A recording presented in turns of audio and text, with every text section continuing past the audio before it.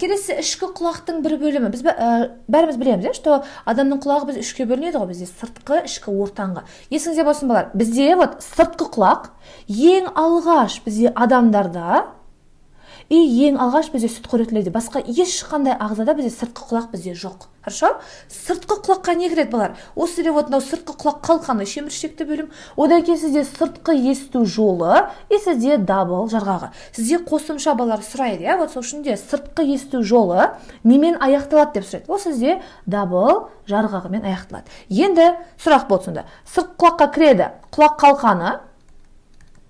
қалқаны.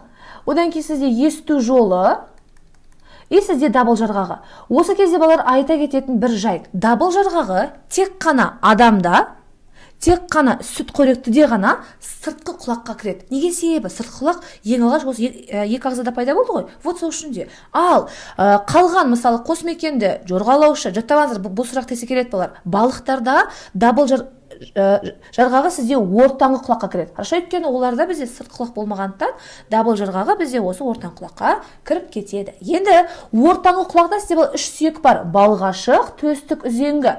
Қалай бұны тұр, балғашық, төстік, сізде үзеңгі. Қалай жаттаймыз? Балғамен төсті үзіп аламын деп жаттайсың.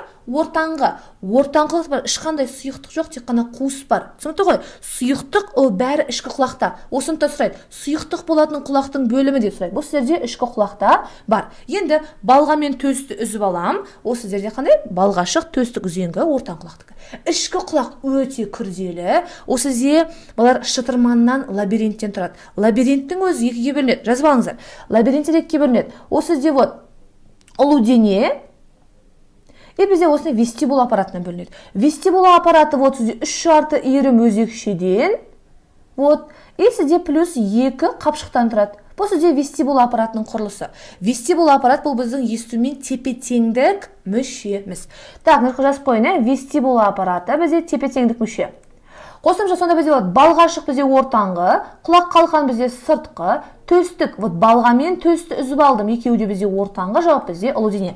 Кім тапты өте молодец, ал кім шатысты? Ештеңе етпейді балалар, хорошо? Сіздер шатысып болсын. Зато сіздер дұрыс жауабын қазір білдіңіздер, ештеңе етпейді. Қателігіңіз үшін өзіңізге ешқашан ренжімеңіздер. Өйткені қателікті түзеп, сіздер смело жаттай аласыздар. Түсінікті ғой? Сол үшін де бізде ақамен жай сөйлейін. Окей.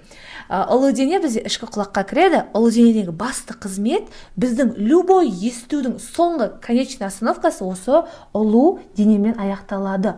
Ұлы дене бүкіл бізде дыбысты осы нервқа берген кезде ғана біз естиміз. Егер ұлы дене мысалы қызмет дұрыс емес болса, біз онда дұрыс естімей қалуымыз да мүмкін. Сол үшін біз ішкі құлаққа лабиринт, вестибул аппараты, ұлы дене, кіреберіс барлығы кіреді. Түсінікті ғой балалар? Так, суретке түсіріп алдыңыздар ғой, да? Давайте 3 секунд. 1, 2 и 3. Все, кеттік.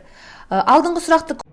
Егер сізге осы сұрақты талдағанымыз ұнаса, онда описаниедағы сілтемені басып, курс туралы толық ақпаратты аласыз.